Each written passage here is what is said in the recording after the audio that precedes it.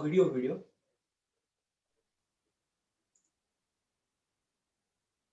Video start करा sir.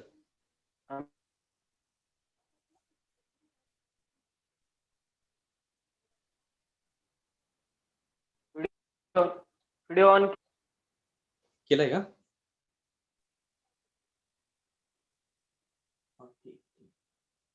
मीटिंगला थोडासा मधूनच डिस्कनेक्ट होते मीटिंग. काय प्रॉब्लेम? मधून डिस्कनेक्ट होते. हा ठीक आहे. आता ठीक आहे. नाही, डिस्कनेक्ट कसं काय होते मध्ये? म्हणजे अगोदर होते का? कालपासून होते का? एवढा वेळ होत होतं. नाही आता होत होतं एवढा वेळ. अच्छा अच्छा ठीक. आता होईल मे बी. ठीक आहे. ठीक आहे. Thank you sir. Good morning to all of you. Good morning sir. Okay, काय पाहिलं लास्ट लेक्चरला? We have seen some stoichiometric problems and problem on limiting reagent. तर लिमिटिंग रिएजंट वरती जे प्रॉब्लेम सॉल्व्ह करत असतो आपण, त्या प्रॉब्लेम साठी जे कॅल्क्युलेशन्स यूज करतोय ते कॅल्क्युलेशन्स हे आपले सेम आहेत स्टॉइचियोमेट्रिक प्रॉब्लेम. ओके, नेहमी एक पॅटर्न लक्षात ठेवायचा. कोणताही स्टॉइचियोमेट्रिक प्रॉब्लेम किंवा कोणताही लिमिटिंग रिएजंट वरचा प्रॉब्लेम जर आला, पहिल्यांदा आपल्याला काय हवंय? Balanced chemical equation. पहिल्यांदा आपण काय लिहिणार? Balanced chemical equation. जसं तुम्ही बॅलन्स्ड केमिकल इक्वेशन लिहिताय, लगेच त्याच्या खाली काय पाहिजे? लगेच त्याच्या खाली पाहिजे त्याची मोल, नंबर ऑफ मोल मधली रिलेशनशिप. नंबर ऑफ मोल्स लिहायचे. नंबर ऑफ मोल्स कसे लिहिणार तुम्ही? तर नंबर ऑफ मॉलिक्युल्स पाहिजे. जो मॉलिक्युलचा रेशो असतो बॅलन्स्ड केमिकल इक्वेशन मध्ये, तोच सेम रेशो असतो नंबर ऑफ मोल्सचा. म्हणजे फॉर एक्झाम्पल बघा, 1:2 असेल तर नंबर ऑफ मोलचा रेशो तुम्ही कसा लिहिणार? 1 मोल 1 मोल 2 मोल. ओके, रिएक्टंट साठी आणि प्रोडक्ट साठी जो रेशो आहे तो सेम रेशो राहणार नंबर ऑफ मोल साठी. नंबर ऑफ मोल लिहिल्यानंतर दोन ऑप्शन येतात आपल्याकडे. त्याच्या खाली आपण काय लिहू शकतो? त्याची मास रिलेशनशिप. जेवढे मोल आहेत तेवढ्या मोलचं मास लिहा. मॉलिक्युलर मास ग्रॅम मध्ये लिहिलं का 1 मोल साठीचं मास झालं. जेवढे मोल आहेत त्याच्या नंबरने मल्टिप्लाय करा, ते ग्रॅम मधली रिलेशनशिप त्याच्या खाली येईल. आणि त्याच्या खाली आपण जर ते गॅसेस असतील तर व्हॉल्यूम मधली रिलेशनशिप लिहू शकतो. कशी लिहू शकतो? because 22.4 dm cube or 22.4 liter, this is the molar volume for all gases. सगळ्या गॅसेस साठीचा मोलार व्हॉल्यूम आपल्याला माहित आहे. त्याच्यासाठी कोणताही फॉर्म्युला यूज करायची आवश्यकता नाही. जेवढे नंबर ऑफ मोल्स आहेत त्याला मोलार व्हॉल्यूमने काय करा? मल्टिप्लाय करा. एका मोलचा व्हॉल्यूम माहिती आहे तुम्हाला प्रत्येक गॅससाठी, each and every gas. Okay, तर ही झाली स्टँडर्ड मेथड. त्याच्यावरून मग आता आपल्याला काय विचारलंय आणि काय दिलेलं आहे, गिव्हन थिंग्स कोणते आहेत, ओके, काय विचारलेलं आहे त्याच्यानुसार तुम्ही रिलेशनशिप काय करा? पुट करा. युनिटरी मेथडने ते सॉल्व्ह करायचं आहे आपल्याला. म्हणजे ए साठी बी तर सी साठी किती? क्रॉस मल्टिप्लिकेशन होणार, पहिल्या टर्मने डिवाइड करायचं, आन्सर भेटेल. मग एक टर्म, एक क्वांटिटी, एक रिएक्टंट तुम्हाला ग्रॅम मध्ये दिलाय. ओके, विचारले पण ग्रॅम मध्ये दुसरा, तर दोन्हीची मास मास रिलेशनशिप लिहा. जर तुम्हाला पहिला व्हॉल्यूम मध्ये दिलाय लिटर मध्ये, दुसराही लिटर मध्ये विचारलाय, दिलेली क्वांटिटी लिटर मध्ये, विचारलेली क्वांटिटी लिटर मध्ये, तर व्हॉल्यूम व्हॉल्यूम रिलेशनशिप, ती रिलेशनशिप लिहा. किंवा जर एखादा ग्रॅम मध्ये दिलाय आणि त्याचा व्हॉल्यूम विचारलाय तुम्हाला दुसऱ्याचा, कोणतेही असतील, दोन रिएक्टंट असतील, दोन प्रोडक्ट्स असतील, काही असेल त्या रिएक्शन मध्ये, जर एका क्वांटिटीचा, एका रिएक्टंटचा जर तुम्हाला एका रिएक्टंटचं मास दिलंय ग्रॅम मध्ये आणि विचारलाय दुसऱ्याचा व्हॉल्यूम, तर अशा वेळी तुम्हाला एकाचं मास मधलीच रिलेशनशिप लिहायची, दुसऱ्याची व्हॉल्यूम मधलीच लिहायची. दोन दोन स्टेप्स करत बसण्याची आवश्यकता नाहीये. पाहूयात एक प्रॉब्लेम. लास्ट लेक्चरला प्रॉब्लेम नव्हता झाला आपला. युरियाचा प्रॉब्लेम दिलाय आपल्याला. Urea is prepared by reacting ammonia with carbon dioxide. Simple statement दिलेलं आहे. युरिया प्रिपेअर केला लॅबमध्ये. कसा प्रिपेअर केला? रिएक्टिंग अमोनिया आणि कार्बन डायऑक्साइड. ओके, मग याच्यासाठीची रिएक्शन दिलेली आहे तुम्हाला प्रॉब्लेम मध्ये. 2NH3 plus, right down the reaction, carbon dioxide आणि तुम्हाला काय भेटेल? Urea, NH2 2 times CO. Okay, याला मी स्क्वेअर ब्रॅकेट मध्ये लिहितोय, प्लस H2O. राईट डाऊन दिस रिएक्शन. और ठीक आहे, याला स्क्वेअर ब्रॅकेटची आवश्यकता नाही. मीडियम कोणता आहे पहा, carbon dioxide. Carbon dioxide gas आहे. अमोनिया हा पण गॅस आहे. हे भेटेल तुम्हाला ऍक्वियस सोल्युशन, म्हणजे लिक्विड मध्ये भेटणार आहे. वॉटर असणार आहे लिक्विड स्टेट. रिएक्शन बॅलन्स आहे का चेक करा एकदा. रिएक्शन बॅलन्स आहे का? Is this the balanced chemical equation? पहा कसं पाहणार, 2 नायट्रोजन आहे. ओके, 2 into NH2 म्हणजे 2 नायट्रोजन आहे. 2 into 3 किती हायड्रोजन झाले? 6 हायड्रोजन झाले. Yes, sir. Balance. 2 आहेत. 2 into 2 4. 4 plus 2 6 झाले. 1 carbon 1 carbon, 2 oxygen, 1 plus 1 2 oxygen. Okay, reaction is balance. एकदा का बॅलन्स्ड रिएक्शन भेटली, ठीक आहे. प्रॉब्लेम मध्ये काय विचारले पहा, in one process 637.2 gram of NH3. एका प्रोसेस मध्ये काय केलंय पहा, 637.2 ग्रॅम अमोनिया आणि 1142 ग्रॅम ऑफ कार्बन डायऑक्साइड हे मिक्स केलंय. म्हणजे 637 ग्रॅम तुम्हाला अमोनियाची क्वांटिटी दिली आहे ग्रॅम मध्ये, आणि कार्बन डायऑक्साइड पण कशामध्ये दिलाय तुम्हाला? ग्रॅम मध्ये, 1142 ग्रॅम. ओके, काय विचारलेलं आहे, प्रोसेस मधले डिटेल्स दिले आहेत. विचारले काय पहा, 3 क्वेश्चन केले तुम्हाला ABC. कोणते 3 क्वेश्चन केलेत पहा, which of the 2 reactant is the limiting reagent? या दोन्हीपैकी कोणता लिमिटिंग रिएजंट आहे? दुसरं काय विचारलं आहे तुम्हाला, calculate the mass of urea form. Calculate the mass of urea form, याचं मास किती तयार होईल? आणि लास्ट विचारलं आहे तुम्हाला, how much excess reagent in grams is left at the end of the reaction. जर ह्या दोन्हीपैकी एक लिमिटिंग आहे तर दुसरा कोण असणार आहे? एक्सेस असणार आहे. किंवा हा लिमिटिंग असेल तर हा एक्सेस असणार आहे. तो जे आपण प्रपोर्शन लिहितोय इथं ग्रॅम किंवा मास रिलेशनशिप, त्या प्रपोर्शन मध्येच तो रिॲक्ट होणार आहे. मग उरलेला तिथं शिल्लक राहणार आहे. किती उरलेला आहे ग्रॅम मध्ये हे विचारलेलं आहे एक्सेस. म्हणजे तुम्हाला फाइंड आउट केल्याशिवाय सी फाइंड आउट करता येणार नाही. मग पहिली स्टेप सांगितलेली आहे मी तुम्हाला. NO चं एक्झाम्पल घेतलं होतं, NO2 आठवतं का? नायट्रोजन डायऑक्साइडचं एक्झाम्पल घेतलं होतं. नायट्रोजन ऑक्साइडचं ऑक्सिजन बरोबर रिएक्शन होऊन नायट्रोजन डायऑक्साइड मध्ये कन्व्हर्जन होतं. ओके, मग पहिली स्टेप काय असणार आहे आपली सोल्युशन मधली? सोल्युशन मधली पहिली स्टेप काय असणार आहे आपली? मोल रिलेशनशिप लिहा. रिएक्शन बॅलन्स आहे म्हणजे अमोनियाचे 2 मोल्स कशाबरोबर रिॲक्ट होतील? 1 मोल ऑफ कार्बन डायऑक्साइड. युरियाचे किती मोल बनतील? युरियाचे किती मोल बनतील? 1 मोल. ओके, काय स्ट्रक्चर आहे युरियाचं? C double bond O. कुठेतरी काढून द्या स्ट्रक्चर साइडला, लक्षात राहील. NH2 NH2. This is the first organic compound which is synthesized in laboratory. Okay, सांगितलं होतं हे युरियाचं स्ट्रक्चर आहे. ओके, तेच शॉर्ट फॉर्म मध्ये लिहिले. 2 NH2 चे ग्रुप ब्रॅकेट लिहून त्याला 2 ने मल्टिप्लाय केले आणि CO म्हणजेच C डबल बॉन्ड. ओके, आणि वॉटर मॉलिक्यूल पण बनतोय, वॉटर पण बनेल 1 mole. So this is the mole relationship or relationship in terms of number of moles. Okay, त्याच्यानंतर दिलेल्या क्वांटिटीज आपल्याला कशामध्ये आहेत? दिलेल्या क्वांटिटीज आपल्याला ग्रॅम मध्ये आहेत. म्हणजे मास रिलेशनशिप लिहायचे आपल्याला. लिहिता येईल का? पहा, मास रिलेशनशिप कशी लिहिणार? बुक मध्ये दिलाय हा प्रॉब्लेम सॉल्व्ह करून. 10 वेळा वाचला तरी तुम्हाला तो समजणार नाही लवकर. ओके, काय मिस्टेक्स आहेत त्याच्यामध्ये किंवा कोणत्या ट्रिक्स यूज केल्या त्या पण आपण पाहूयात. सांगा, मास सांगता येईल का? एका 1 मोल अमोनियासाठी मास किती असेल? NH3 1 मोल अमोनियासाठी. नायट्रोजनचं किती किती? काउंट दिस. नायट्रोजनचं किती? 14 प्लस हायड्रोजन 3 आहे. 3 into 1 3. 17 ग्रॅम हे अमोनियाच्या 1 मोलचं काय असणार आहे? मास असणार आहे. दिस इज 1 मोल ऑफ अमोनिया. इथं किती आहे? इथं 2 मोल्स आहे. म्हणजे 17 into 2 किती होईल? 34 ग्रॅम. डिटेल मध्ये आणखी एक स्टेप वाढवण्याची आवश्यकता आहे. 2 into 17 ग्रॅम मोलार मास लिहायचं, परत त्याच्या खाली 34 लिहायचं. हे तुम्ही डिरेक्टली करू शकता. कार्बन डायऑक्साइडचं किती? 16 plus 16 32 plus 12 किती? 44 ग्रॅम. युरियाचं काउंट करा. युरियाचं स्ट्रक्चर आहे, फॉर्म्युला आहे. सांगा मला युरियाचं मास किती? 1 मोल साठी एकच मोल आहे. जेवढे मोलचे नंबर आहेत त्यानं मोलार मासला मल्टिप्लाय करायचं. इथंच फक्त 2 ने मल्टिप्लाय करायचंय, प्रत्येक ठिकाणी 1च आहे. सांगा युरियाचं molar mass. Count it fast. Kirti, Ritika, Sanskriti, Neha. Yes, किती आहे? 32. पहा नीट. नायट्रोजन किती आहेत?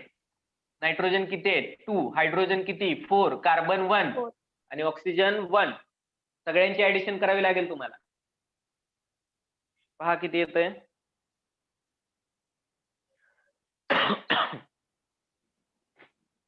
60 येतंय.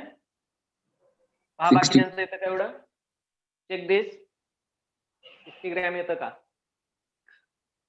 16 plus 12, 28. This is 28. Okay, 56 and 4, 60. Okay, 60 gram हे काय भेटलेलं आहे आपल्याला युरियाच्या एका मोल साठीचं मास. ओके, आणि वॉटरचं किती असतं माहित आहे आपल्याला, किती असतं? 1 मोल वॉटर 18 ग्रॅम वॉटर. ओके, ऑक्सिजनचं 16 आणि हायड्रोजन 2 आहेत म्हणून 2.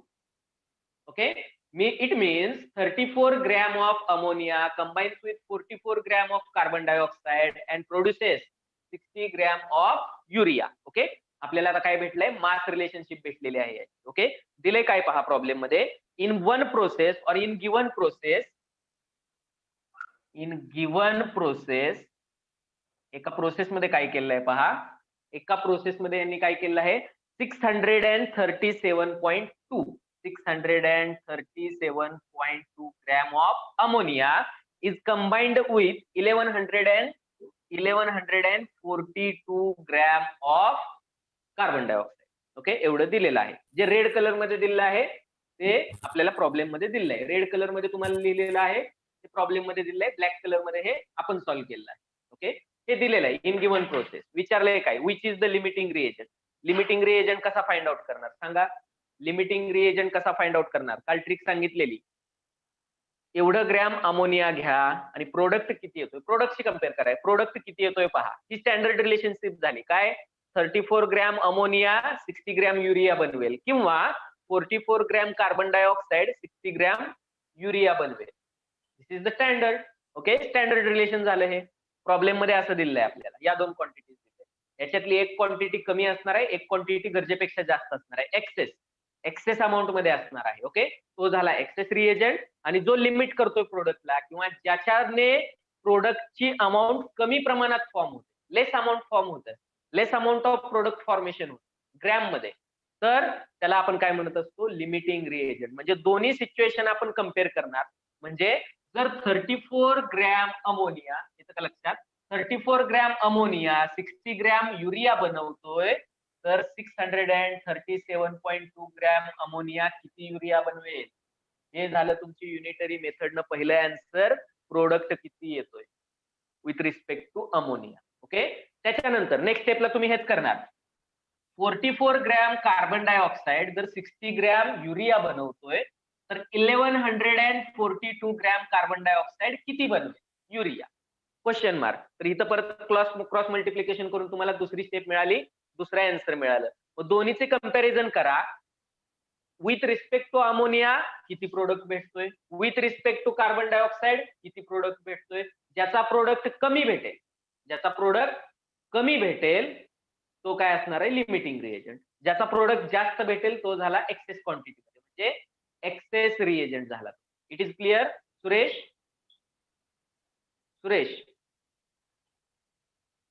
Yes, sir. Sneha, it is clear? Aryan, Yes, sir.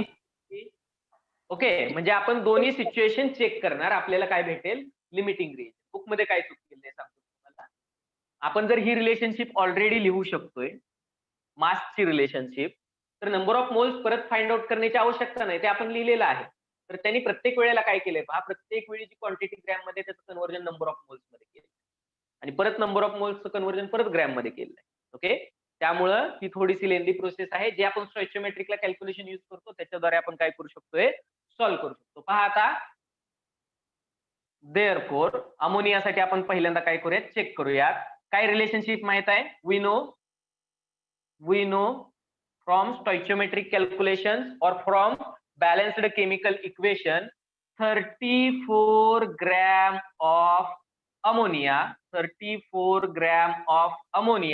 will produce 60 gram of urea, or it is equal to or it is corresponds to 60 gram of urea. म्हणजे हा इक्विव्हॅलन्स सांगतोय आपण काय सांगतोय?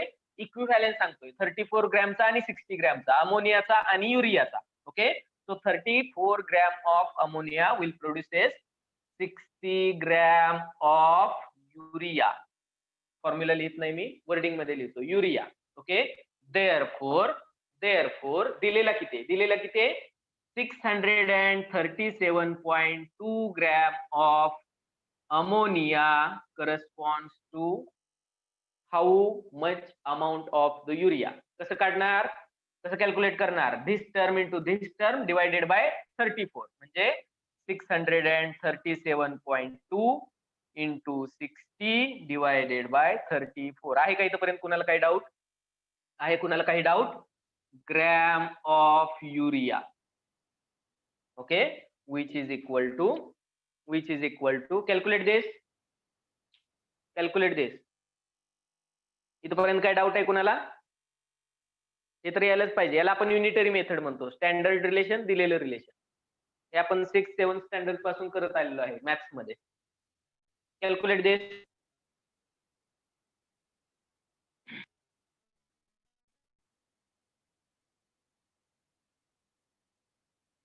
Give me answer. 1124.47. मी सांगितलं गौरंगी 124.47. 0.47 gram of urea. हा भेटला तुम्हाला विथ रिस्पेक्ट अमोनिया. अमोनियाचं रिलेशनशिप मेंटेन केली तुम्ही, लिहिली सॉरी स्टँडर्ड रिलेशनशिप, आणि दिलेली क्वांटिटी घेतली तर विथ रिस्पेक्ट टू अमोनिया एवढा बनवेल. म्हणजे या जी गिवन क्वांटिटी आहे अमोनियाची गिवन क्वांटिटी आहे, त्याची कॅपॅसिटी आहे एवढा युरिया बनवणे. त्याची कॅपॅसिटी किती आहे? एवढा युरिया बनवणे. ओके, याची कॅपॅसिटी चेक करणार आहोत आपण आता. Okay, yes. मी नाही सांगितलं, तुम्ही माझं नाव घेतलं ना. मी नाही सांगितलं. अच्छा, कुणी मी सांगितलं सांगितलं, आन्सर? आन्सर कोणी सांग? स्नेहा. गौरंग कुणी स्नेहा. सांगितलं? स्नेहा. Okay, good.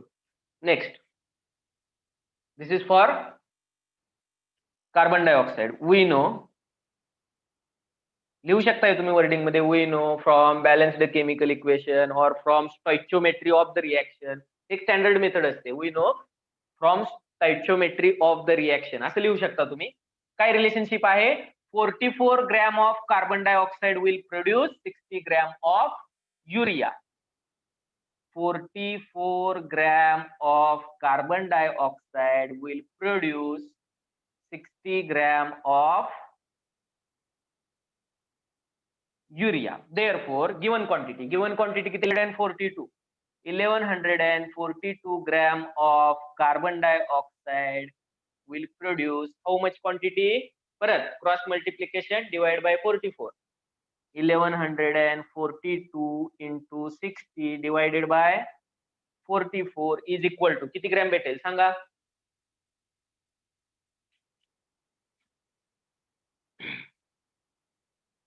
एकदम सिंपल टर्म मध्ये सांगतोय मी तुम्हाला, एकदम सावकाशपणे सिलेबस चालू आहे आपला. आता समजून घ्या.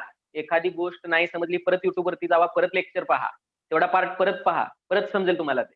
इथं साऊंड प्रॉब्लेम काहीतरी होऊ शकतं, स्क्रीन ब्लर होऊ शकते, पण तिकडे Sir, नाही board होणार. is not clear.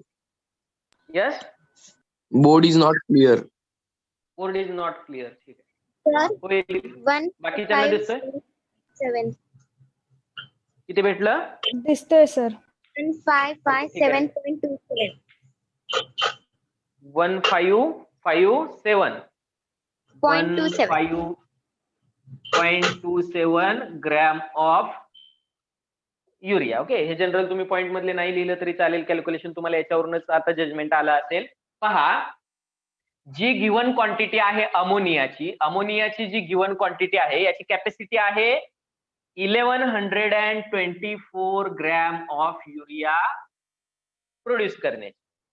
G given quantity आहे कार्बन डायऑक्साइडची, ओके, त्याची कॅपॅसिटी आहे 1557 ग्रॅम ऑफ युरिया प्रोड्यूस कर. ओके, आता या दोन्ही मध्ये आपण सांगू शकतो एक एक्सेस मध्ये आहे आणि एक लिमिटिंग रिएजंट आहे. कसं सांगणार? जो कमी अमाऊंट मध्ये प्रोडक्ट बनवतोय तो लिमिटिंग रिएजंट, आणि ज्याची कॅपॅसिटी प्रोडक्ट बनवण्याची जास्त आहे म्हणजे तो जास्त आहे म्हणून तो जास्त बनवू शकतो, पण एवढा प्रोडक्ट बनणार नाही. का बनणार नाही एवढा प्रोडक्ट? बिकॉज याची कॅपॅसिटी नाही तेवढी, कुणाची? अमोनियाची. याची क्वांटिटीच नाहीये तेवढी, म्हणजे हा लिमिट करतोय प्रोडक्टला इथपर्यंत. एवढीच क्वांटिटी बनणार प्रोडक्टची. ही पुढची क्वांटिटी बनेल का? याची कॅपॅसिटी तर आहे बनवण्याची, पण कधी बनवेल तो? त्याला अमोनिया भेटला पाहिजे. अमोनिया बरोबर रिॲक्ट होऊन तो युरिया बनवणार आहे कार्बन डायऑक्साइड. मग जो कार्बन डायऑक्साइड एक्सेस आहे तो काय राहणार आहे? तिथं शिल्लक राहणार आहे. म्हणजे अमोनिया काय झाला? Limiting reagent. इथं या केसमध्ये अमोनिया काय झाला, लिमिटिंग रिएजंट. ओके, मग आपण लिहू शकतो thus from above stoichiometric calculation ammonia produces less amount of product, therefore ammonia is the limiting reagent. Therefore ammonia is the limiting reagent. And carbon dioxide, which is produces more product, it is excess reagent. Carbon dioxide is excess reagent. Write down this. From above calculations,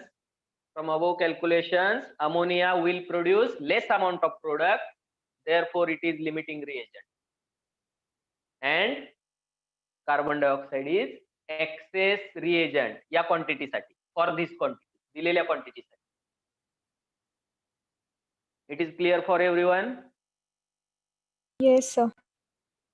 हा झाला तुमचा question ए. याच्यामध्ये तुम्हाला पहिल्यांदा विचारलं होतं who is limiting reagent and which of following is excess reagent. ठीक आहे. सेकंड क्वेश्चन काय केलंय बघा याच रिएक्शन वरती. Calculate the mass of urea form. युरियाचं मास किती तयार होईल. आता याच्यामध्ये कोणतं मास तयार होईल युरियाचं, 1124 ग्रॅम होईल की 1557? आताच सांगितलं. Calculate the mass of urea form. किती मास तयार होईल युरियाचं, प्रोडक्ट किती तयार होईल, ही क्वांटिटी तयार होईल का ही क्वांटिटी तयार होईल, आणि का तयार होईल, तेवढीच का होईल. यस आर्यन सांगू शकतोय कोणती क्वांटिटी तयार होईल. यस आताच सांगितलं आहे मी, सांगता येईल का. पहा जी क्वांटिटी कमी आहे तीच क्वांटिटी तयार होणार आहे. का तर पहा अमोनियाची कॅपॅसिटी किती आहे एवढा प्रोडक्ट बनवण्याची, 1124. कार्बन डायऑक्साइडची कॅपॅसिटी किती आहे, 1557 ग्रॅम बनवण्याची. पण याची जरी कॅपॅसिटी असली तरी हा अवेलेबल आहे का, अमोनिया अवेलेबल आहे का, नाही.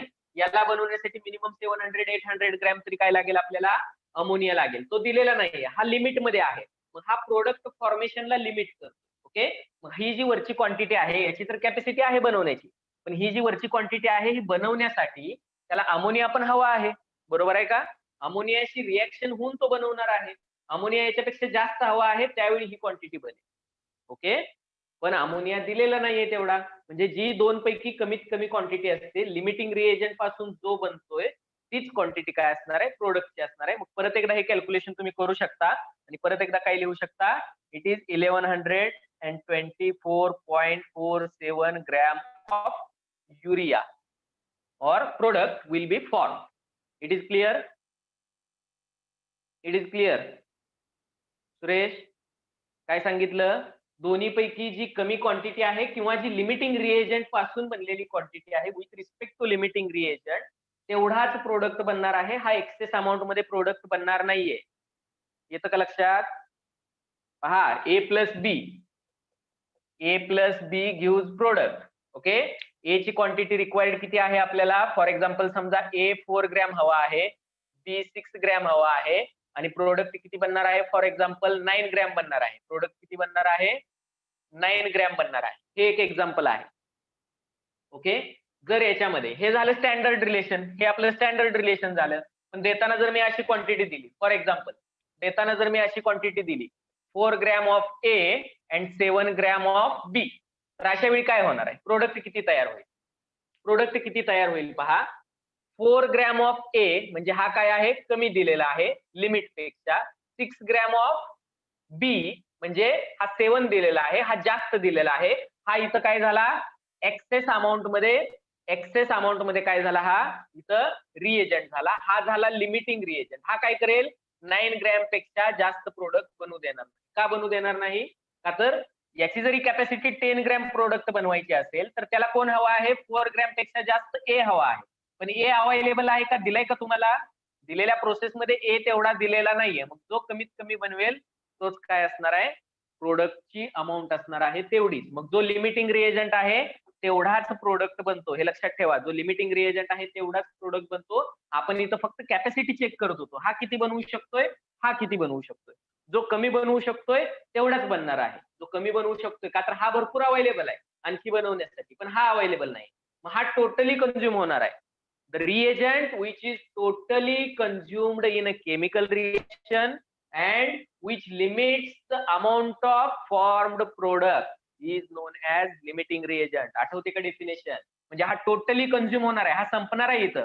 मग हा काय होणार आहे, एक्सेस जो आहे तो शिल्लक राहणार आहे. मग या रिएक्शन मध्ये सेम होणार आहे. या रिएक्शन मध्ये काय होणार आहे पहा, 4 ग्रॅम ए कंझ्युम होणार आहे, टोटली कंझ्युम. याच्यापैकी 6 ग्रॅम ऑफ बी काय होणार आहे, 6 ग्रॅम ऑफ बी कंझ्युम होणार आहे. आणि काय राहणार आहे, 1 ग्रॅम ऑफ बी हा जो रिएक्टंट आहे हा काय राहणार आहे, रिमेनिंग अमाऊंट असणार आहे. म्हणजे हा काय राहणार आहे, शिल्लक राहणार आहे. आणि प्रोडक्ट तेवढाच बनणार आहे with respect to smaller quantity, with respect to limiting reagent. Limiting reagent वरून जेवढा प्रोडक्ट बनू शकतोय तेवढाच बनणार.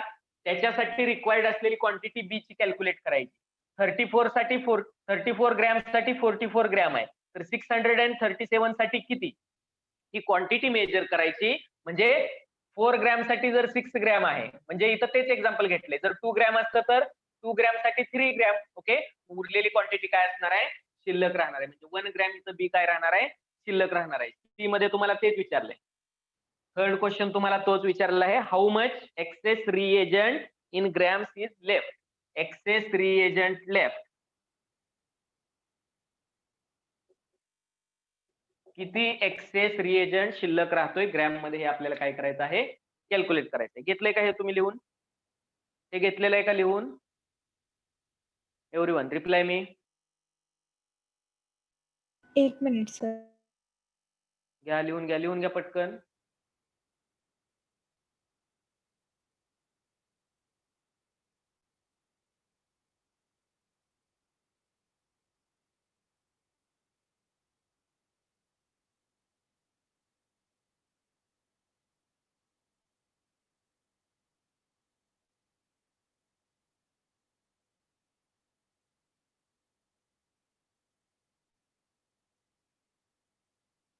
झालं का?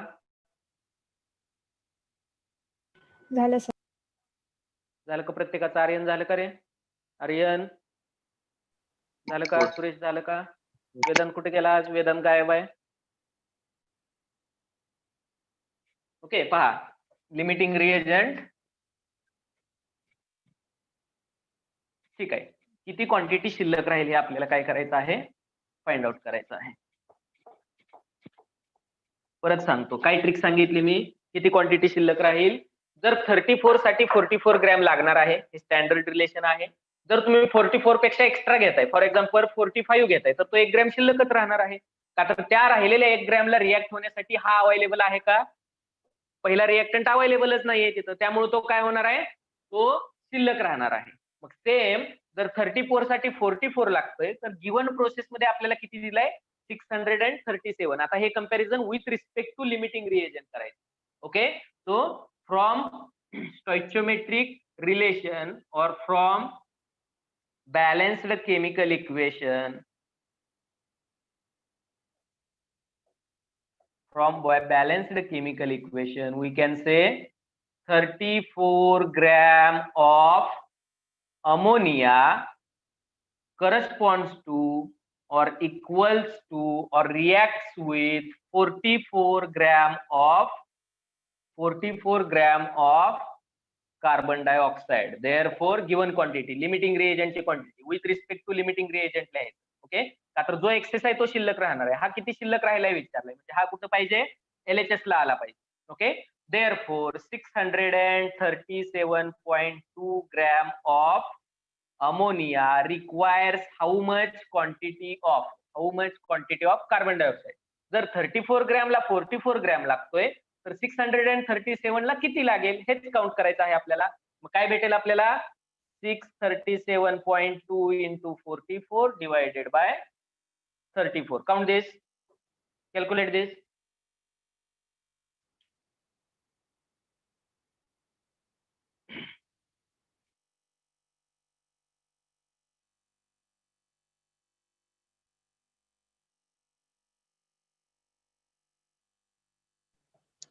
8 to 4.61. 8 to 4.61 gram of carbon dioxide is required for 637 gram of ammonia. आलं का हे पहा, येतंय का असं? 824 येतंय. ठीक आहे. जर एवढा लागतोय, एवढा रिक्वायर्ड क्वांटिटी आहे कार्बन डायऑक्साईड, एवढा कार्बन डायऑक्साईड हवा आहे टोटली रिएक्शन होण्यासाठी किंवा टोटल कन्झम्पशन होण्यासाठी. कुणाचं? 637 ग्रॅम ऑफ अमोनियाचं. तर शिल्लक किती राहील? दिलंय आपल्याला खूप एक्सेस क्वांटिटी मध्ये दिलेलं आहे आपल्याला. तर शिल्लक किती राहील? कसं काढणार? दिलेल्या क्वांटिटी मधून रिक्वायर्ड क्वांटिटी जी रिएक्ट झाली असेल, कंप्लीट ट्रान्सफर झाली असेल प्रोडक्ट मध्ये, ती क्वांटिटी आपण मायनस करणार. ओके, म्हणजे काय सांगू शकतो आपण? So remaining amount of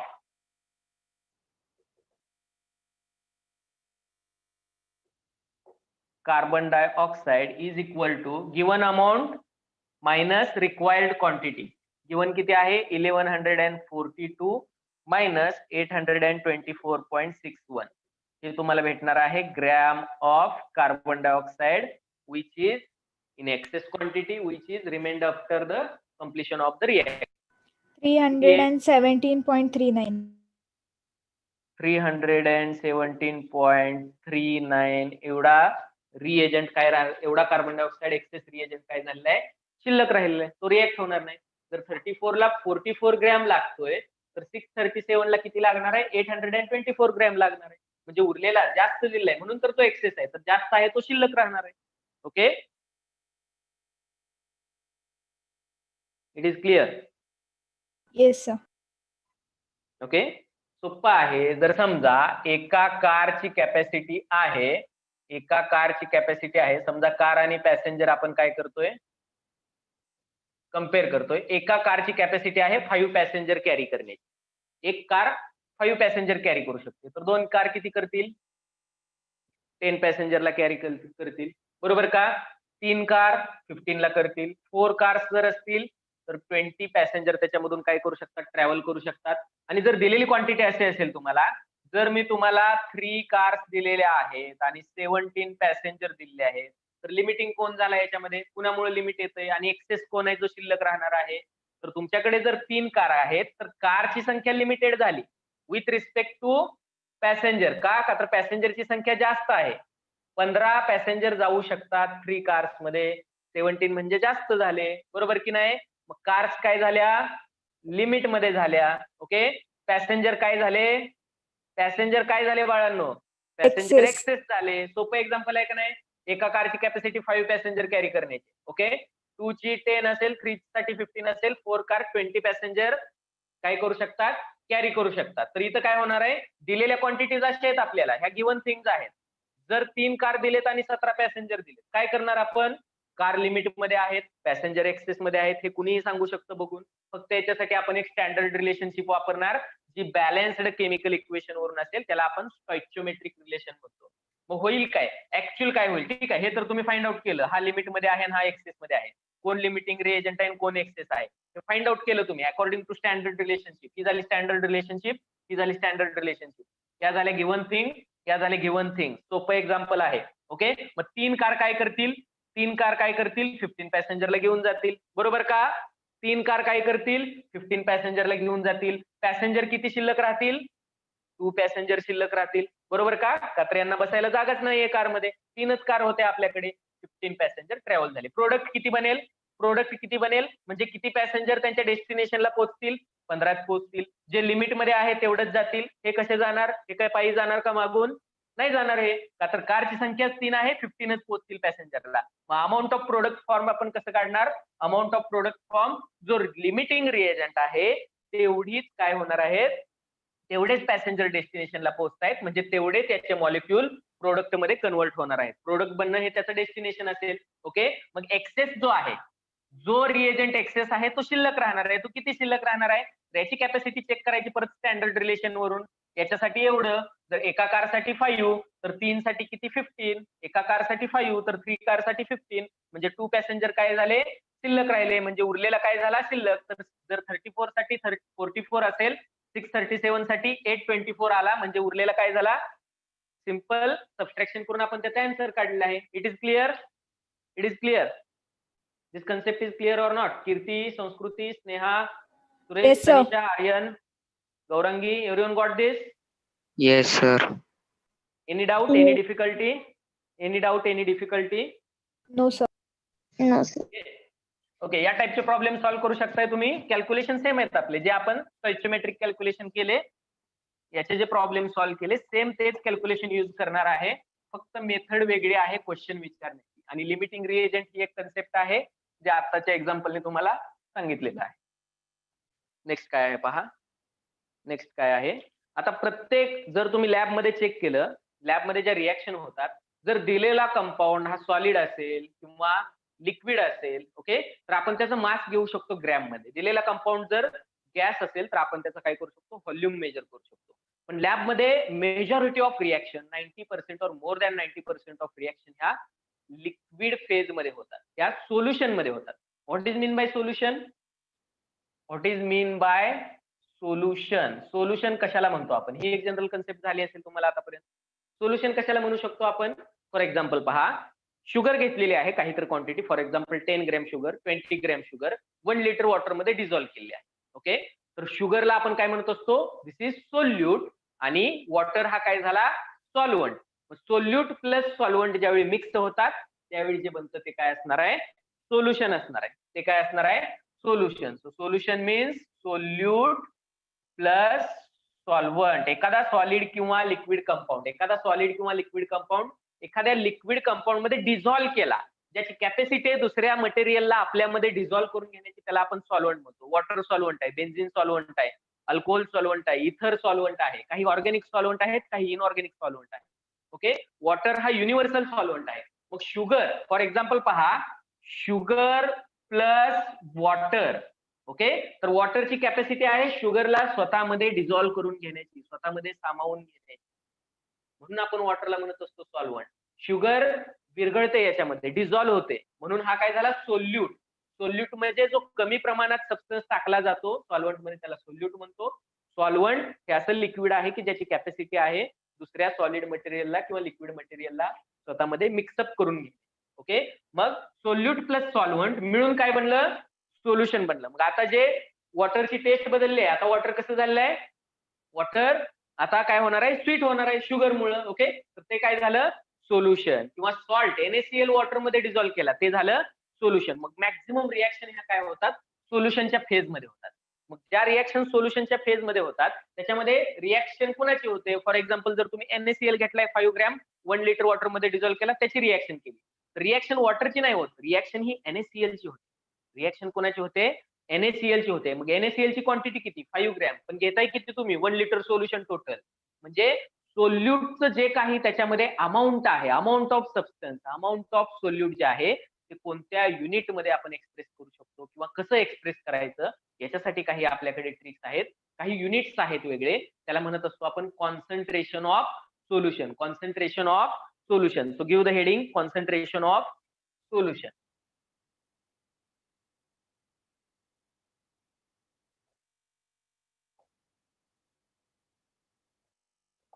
concentration of solution. सोल्युशनचं कॉन्सन्ट्रेशन आपण कोणत्या युनिट मध्ये सांगू शकतो. Okay, so majority of reaction in laboratory are perform in terms of solution. सोल्युशनच्या फेज मध्ये बऱ्याचशा रिॲक्शन होतात, त्याच्यासाठी काही फॉर्म्युलेज आहेत पहा, काही युनिट्स आहेत आपल्याकडे, काही कन्सेप्ट आहेत. पहिलं असतं मास पर्सेंट, त्याला आपण वेट पर्सेंट असंही म्हणू शकतो. त्याला W/W म्हणतात, वेट बाय वेट, आणि हे असतं पर्सेंटेज.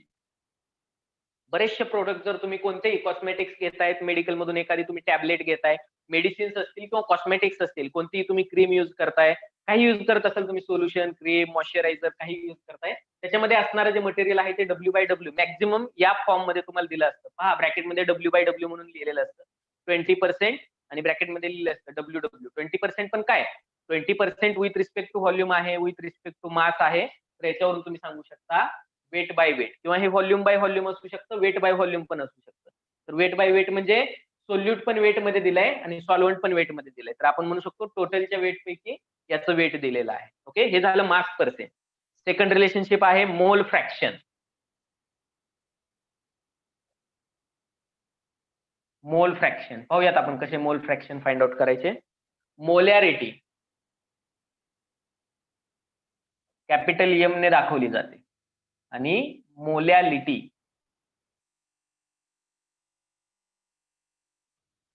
स्मॉल एम ने दाखवली जाते. दोन्हीत फरक आहे. Molarity molality MOLARITY MOLALITY molarity molality हे पण समजून घ्यायचं. लिहिलं हे? लिहिले का तुम्ही हे?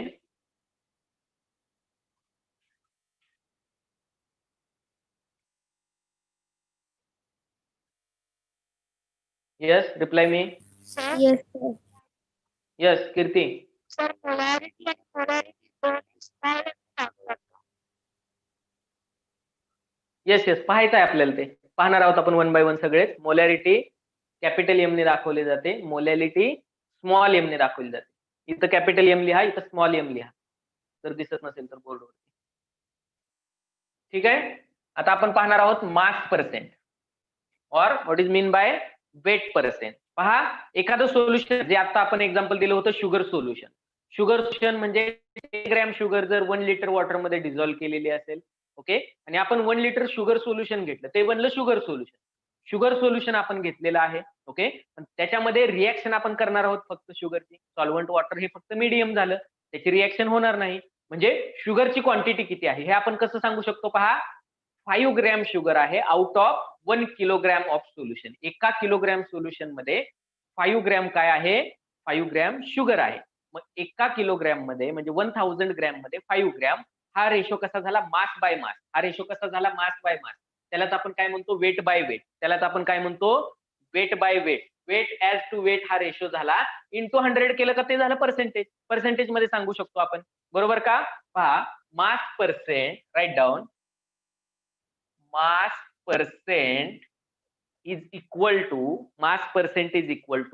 mass of solute.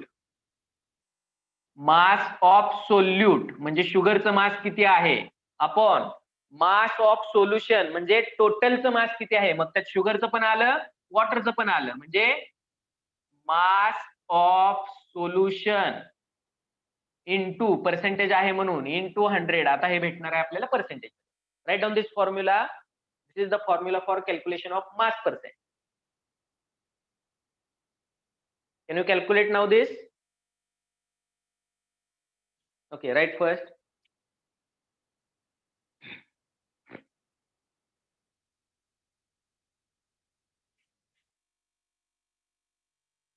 It is done.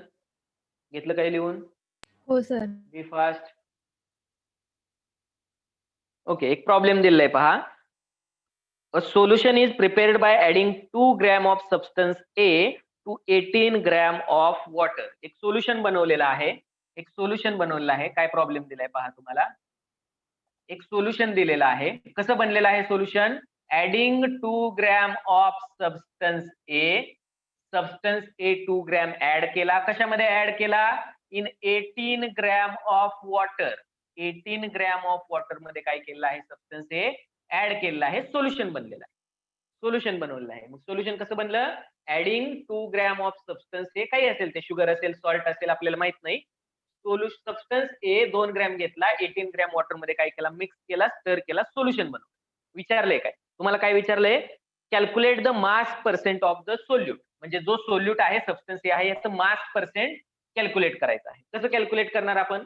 कसं कॅल्क्युलेट करणार? पहा, फॉर्म्युला माहित आहे आपल्याला. मास पर्सेंट लिहा formula. Mass percent is equal to mass of solute upon mass of solution into 100. Okay, now mass percent is equal to mass of solute. सोल्यूटचं mass किती आहे? हा सोल्यूट आहे, हा सॉल्व्हंट आहे, आणि दोन्हीचं मिळून काय बनतं? दोन्हीचं मिळून सोल्युशन बनतं. Solute plus solvent is equal to solution. दोन्ही मिक्स केल्यानंतर सोल्युशन बनतं. हा सॉल्वंट आहे, हा काय आहे, सोल्यूट. ओके, मास पर्सेंट मध्ये काय सांगितलंय, मास ऑफ सोल्यूट. किती आहे सोल्यूटचं mass, 2 gram divided by mass of solution. सोल्युशनचं मास किती, कोण सांगेल? सोल्युशनचं मास किती 18 gram. किती सुरेश? 20 gram. 20 ग्रॅम. का तर सोल्युशन कसं बनलं, सोल्युशन कसं बनलं, it's the addition of solute plus solvent. म्हणजे या दोन्हीचे मासेस ऍडिटिव्ह असतात, ऍड होतील. 2 gram plus 18 gram. Mass of solute plus mass of solvent, 2 gram plus 18 gram. Mass of solute plus mass of solvent is equal to mass of solution. फॉर्म्युलामध्ये solvent नाही म्हटलं आपल्याला, solution म्हटलंय, वेगळी term आहे. Solution म्हणजे solute plus solvent is equal to solution. फरक आहे तिन्ही टर्म मध्ये, पहा. ओके, म्हणजे काय बनेल, म्हणजे काय भेटेल, 2 gram upon 2 plus 18 20 gram is equal to. Okay, आणखी काय राहिलं, इंटू 100 राहिलं. इंटू 100 राहिलं फॉर्म्युला मधलं, इंटू 100 करा प्रत्येक ठिकाणी. काय भेटेल, 2/20. काय 2/20, यस 10. 1/10. यस, काय भेटेल सांगा कॅल्क्युलेशन करून. 0.2.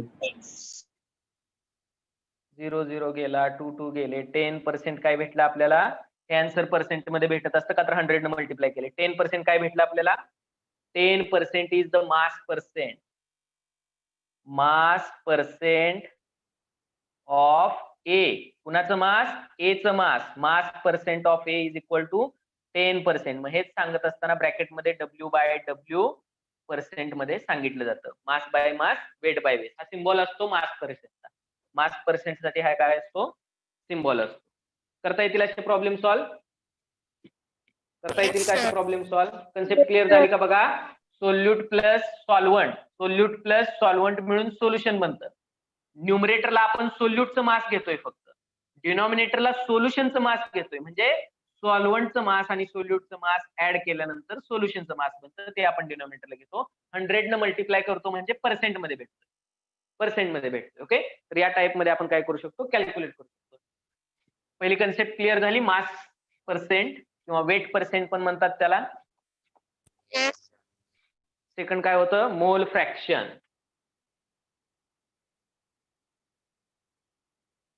फ्रॅक्शन म्हणजे काय हो, फ्रॅक्शन म्हणजे प्रपोर्शन, एक भाग असतो. फ्रॅक्शनल मध्ये घेतो आपण. ओके, किती फ्रॅक्शन आहे, आउट ऑफ 1 किती आहे.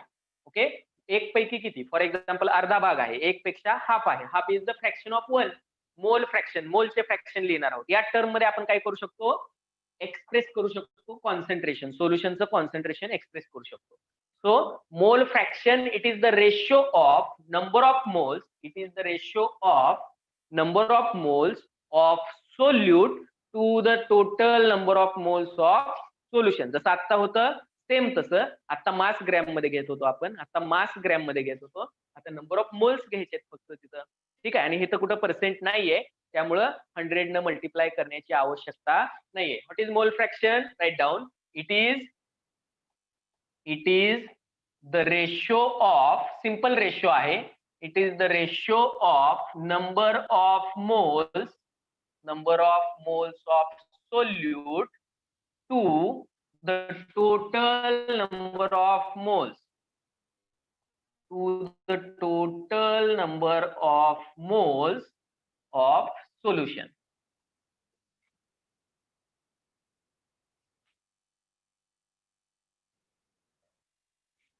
It is the ratio of number of moles of solute to the total number of moles of the solution.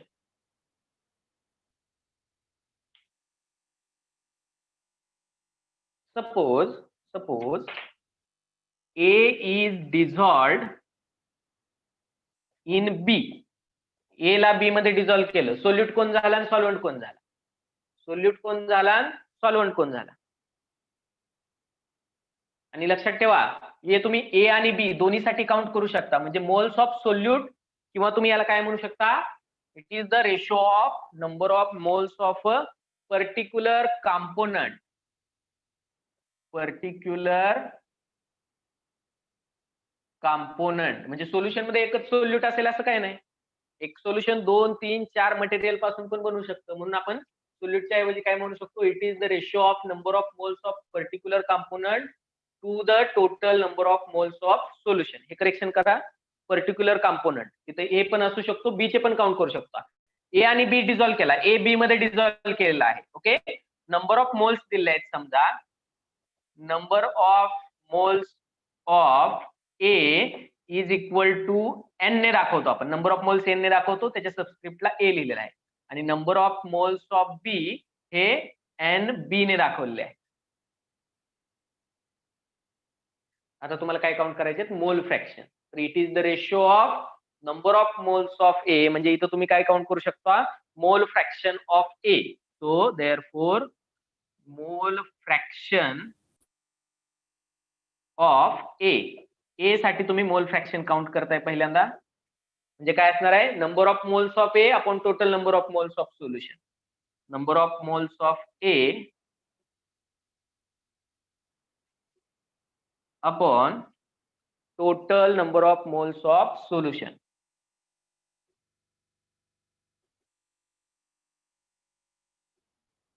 Solution मध्ये कोणाचे नंबर ऑफ मोल्स असतील, सोल्युशन मध्ये ए चे आणि बी चे असतील, का तर ए आणि बी मिक्स होऊनच सोल्युशन बनलेलं आहे.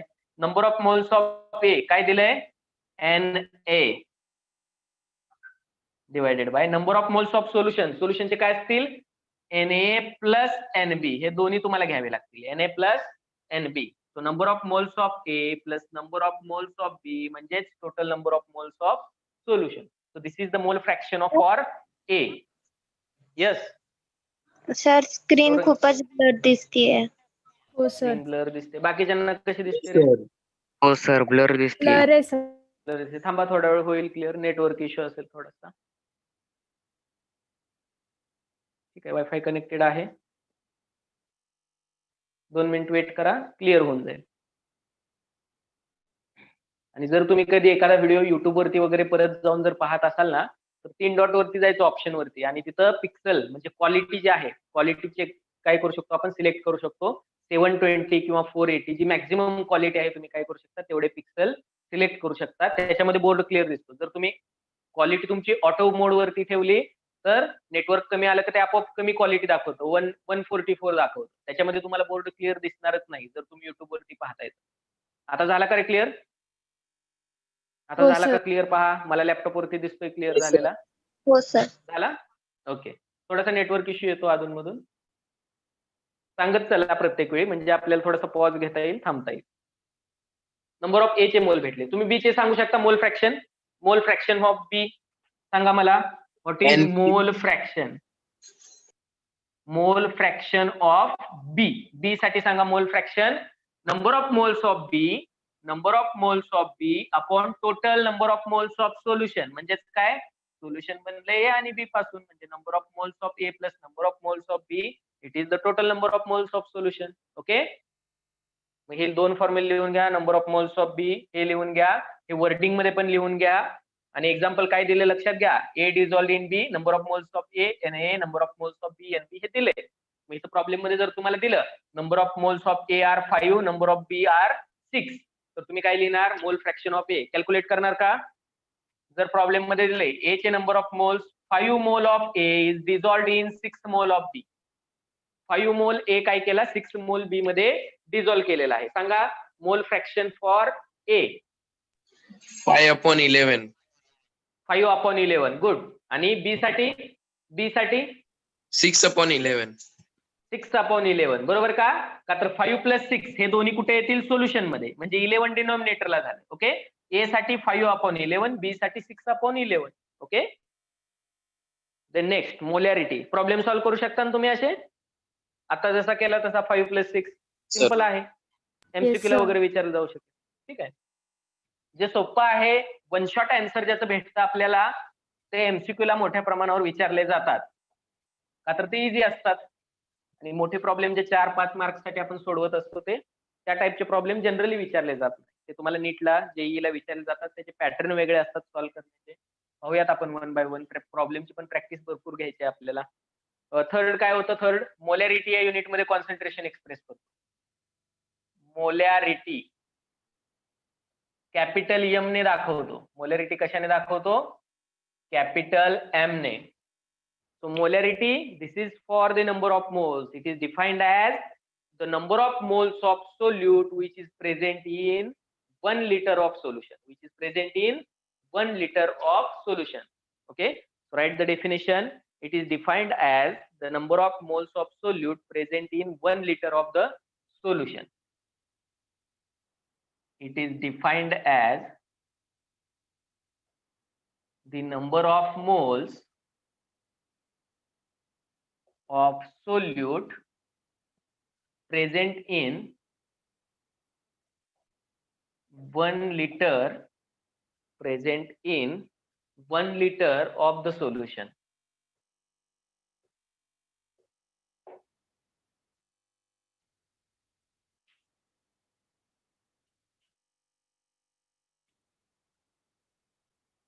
हेच आपण वर्डिंग मध्ये कसं लिहू शकतो? Molarity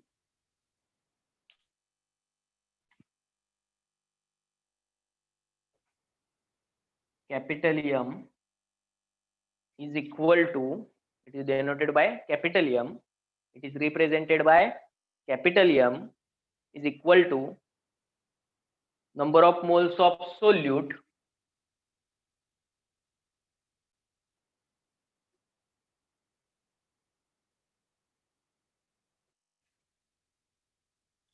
present in 1 liter of solution. It means per liter of solution. म्हणजे ते काय असणार आहे? डिनॉमिनेटरला येणार आहे. It means volume of solution in litres. जर व्हॉल्यूमने डिवाइड केले तर काय होणार आहे? पर लिटर भेटणार आहे आपल्याला.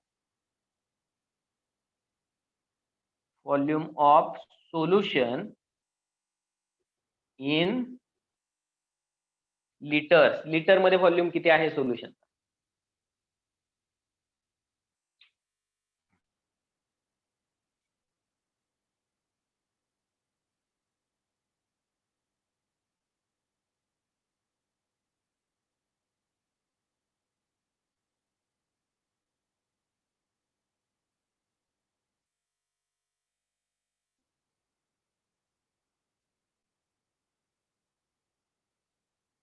समजलं का? 1 लिटर सोल्युशन बनवलेलं आहे. 1 लिटर. ओके. एका लिटर व्हॉल्यूम मध्ये सोल्युशनच्या सोल्यूट किती प्रेझेंट आहे? हा सोल्यूट आपल्याला सांगायचं आहे नंबर ऑफ मोल्स मध्ये, ग्रॅम मध्ये नाही. जसं शुगर सांगितली होती आपण, मास पर्सेंट मध्ये काय केली होती?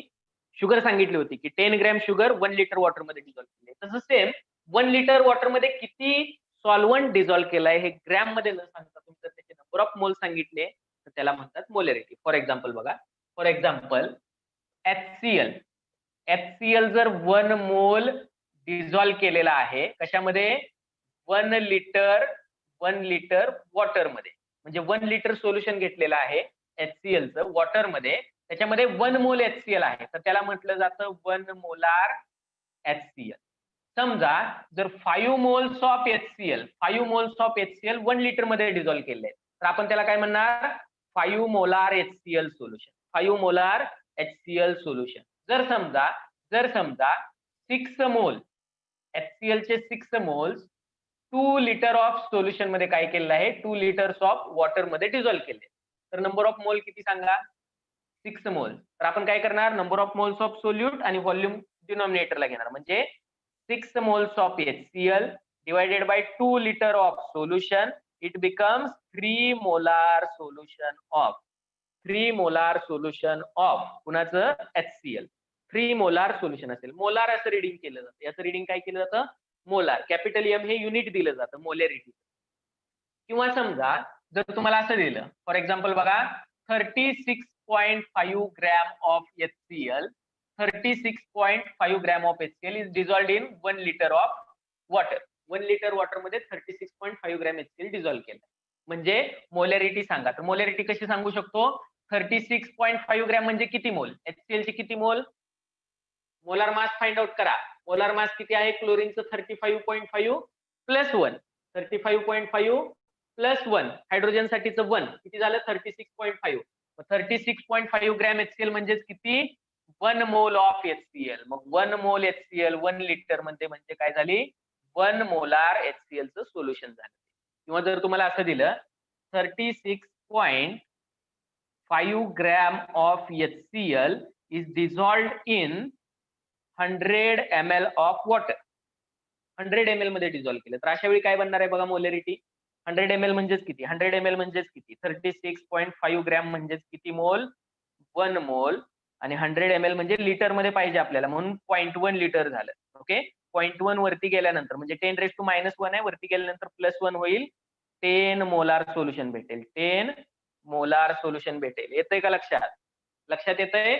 नंबर ऑफ मोल्स लिहायचे न्यूमरेटरला आणि टोटल सोल्युशनचा व्हॉल्यूम लिटर मध्ये एक्सप्रेस करायचा डिनोमिनेटरला. हे डिवायडेशन केल्यानंतर काय भेटते तुम्हाला, मोलॅरिटी भेटते सोल्युशन.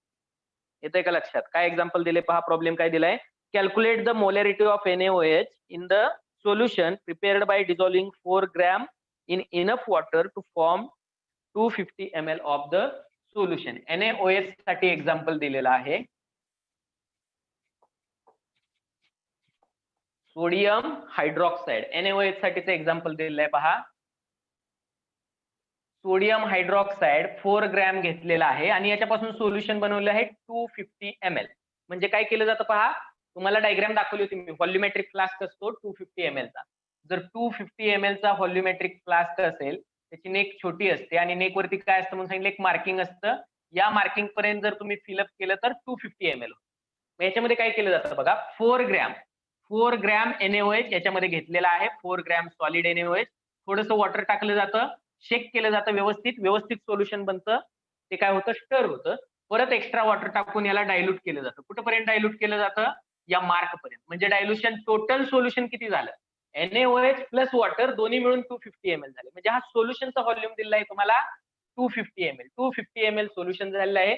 NaOH किती ग्रॅम घेतलं होतं, NaOH 4 ग्रॅम घेतलं होतं. मग मोलॅरिटी सांगा सोल्युशनची. मग मोलॅरिटीचा फॉर्म्युलाच माहिती आहे आपल्याला, काय, number of moles of solute. म्हणजे तिथं सोल्यूट कोण आहे, NaOH, upon volume of solution in litre. Litre मध्ये व्हॉल्यूम सांगणार आहे. मग 250 ml चा व्हॉल्यूम लिटर मध्ये कन्वर्ट करा, काय होईल, 0.25 लिटर होईल. बरोबर का? 1000 ने डिवाइड केल्यानंतर. आणि NaOH 4 ग्रॅम मध्ये नंबर ऑफ मोल्स काउंट करा. 4 gram of NaOH, 4 gram of given quantity. NaOH चं मोलार मास, NaOH चं मोलार मास, सोडियमचं 23, ऑक्सिजनचं 16 + 1, 23 + 16 + 1 40 ग्रॅम. मग मोलार नंबर ऑफ मोल्सचा formula, number of moles N find out करण्याचा फॉर्म्युला आठवतो का सुरेश? गिवन मास, पहिलं विसरलं का, पहिल्या चॅप्टर मधलं, given mass upon its molar mass. आठवतं ना? मग गिवन मास किती होतं, 4 ग्रॅम. मोलार मास किती आहे, 40 ग्रॅम. नंबर ऑफ मोल्स किती झाले, 0.1 मोल्स झाले. मग इथं पुट करा, 4 ग्रॅम म्हणजेच किती मोल, 0.1 मोल ऑफ NaOH. आणि लिटर मध्ये व्हॉल्यूम सांगा सोल्युशनचा, लिटर मध्ये किती झाला, 0.25. करा कॅल्क्युलेट, 0.25 लिटर. मग पर लिटर मध्ये तुम्हाला मोलॅरिटी भेटेल, एवढे मोल्स पर लिटर. ह्या मोलॅरिटी कॅपिटल M चा अर्थ काय असतो, एवढे मोल्स एका लिटर मध्ये, किंवा पर लिटर एवढे मोल. काय भेटेल सांगा लवकर मला. येतं का कॅल्क्युलेशन? कसं कॅल्क्युलेशन करायचं?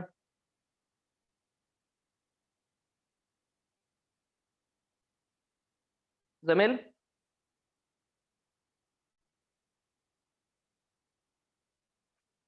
पॉइंट शिफ्ट करा, पॉइंट पलीकडे शिफ्ट करा 2 डिजिटने, हा पॉइंट पलीकडे 2 डिजिटने शिफ्ट करा. काय भेटेल? कॅल्क्युलेशन कसं करणार, 0.1 आहे, 0.25 आहे. पॉइंट मी इकडे शिफ्ट केला, हा पॉइंट इथं शिफ्ट केला, अजून एक डिजिट केला, अजून एक डिजिट केला, तर 10 डिवायडेड बाय 25 होतं. किती भेटतं, 0.4. 0.4 बरोबर का, 0.04 आहे. पॉइंट शिफ्ट करा 2-2, वरचा आणि खालचा पॉइंट जर सेम डिजिटने शिफ्ट करताय तर मिनिंग चेंज होत नाही, व्हॅल्यू चेंज होत नाही.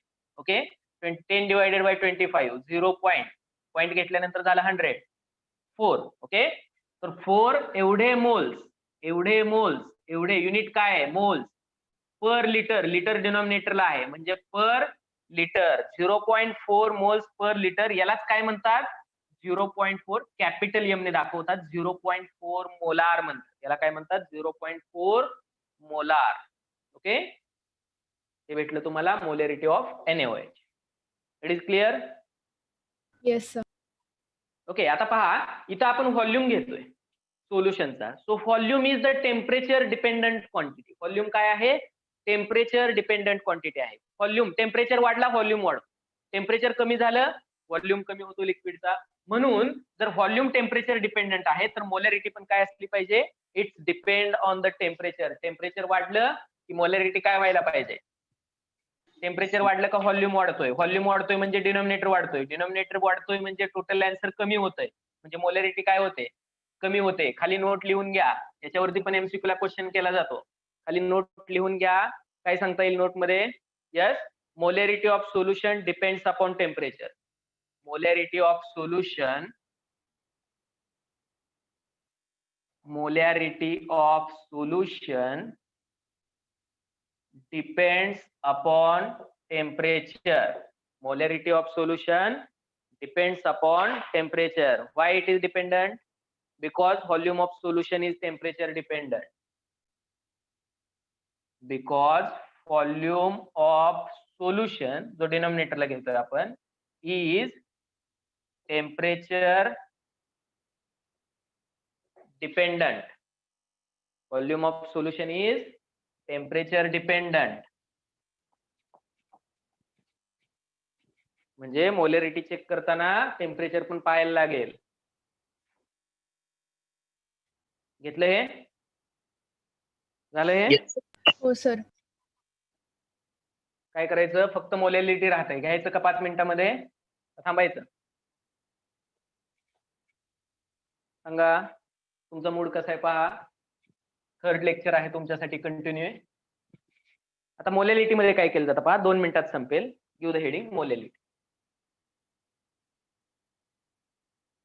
स्मॉल एम ने रिप्रेझेंट केली जाते मोलॅरिटी. स्मॉल एम ने सेम आहे. It is the ratio of number of moles of solute present in 1 litre. Sorry, 1 litre कुठं होतं? इथं होतं. 1 kg of solvent. 1 kg of solvent. Okay, right down. It is defined as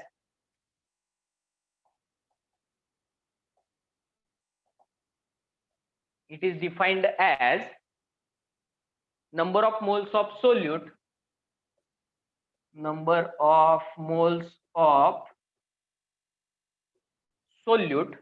moles of solute present in 1 kilogram of solvent.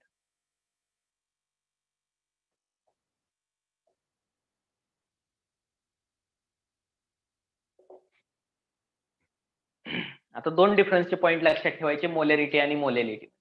काय काय difference सांगू शकता पहा. पहिला हे लिहून घ्या.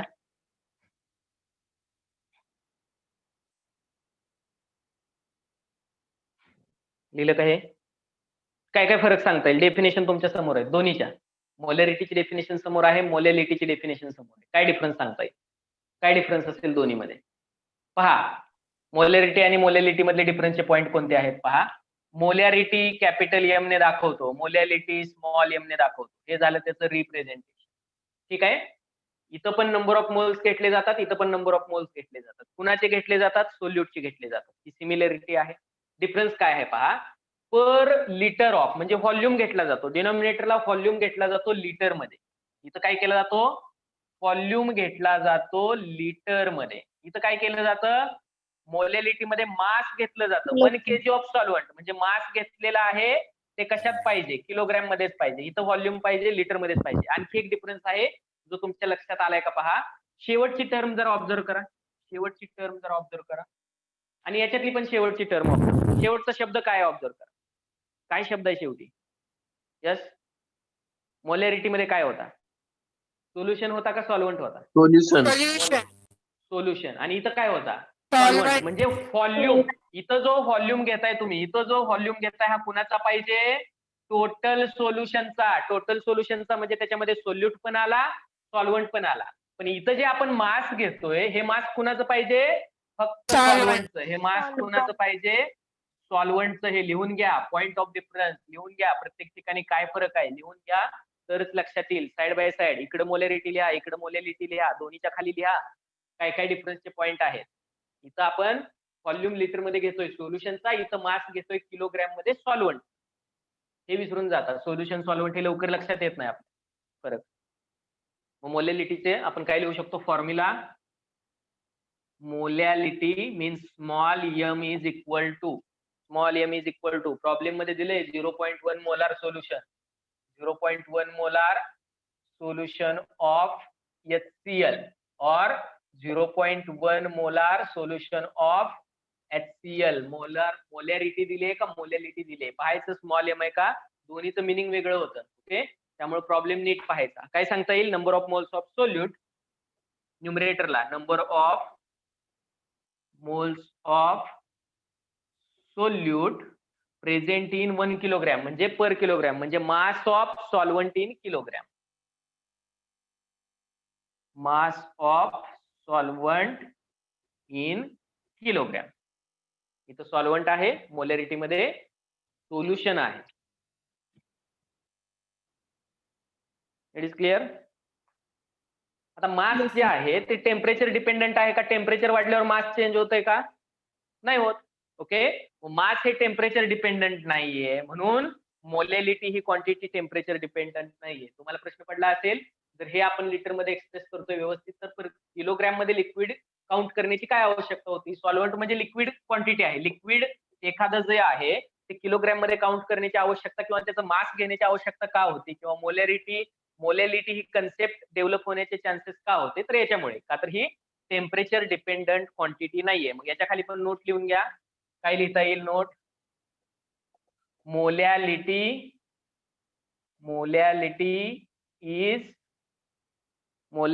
does not change with temperature.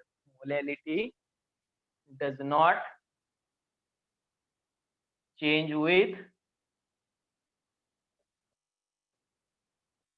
temperature किंवा it is the temperature independent quantity. याचाही प्रॉब्लेम पाहूयात आपण आणि ग्राफिकल अनालिसिस पाहायचं आपल्याला ग्राफ कसे यूज केले जातात अनालिटिकल टेक्निक मध्ये. हे 4 समजले का. मास पर्सेंट मोल फ्रॅक्शन मोलॅलिटी समजले. Everyone please reply me fast. Yes, sir. समजलं आहे. आणि याच्या अगोदर काय पाहिलं आपण युरियाचा प्रॉब्लेम पाहिलाय का आपण लिमिटिंग रिएजंटचे प्रॉब्लेम पाहिले आपण ते पण समजलंय.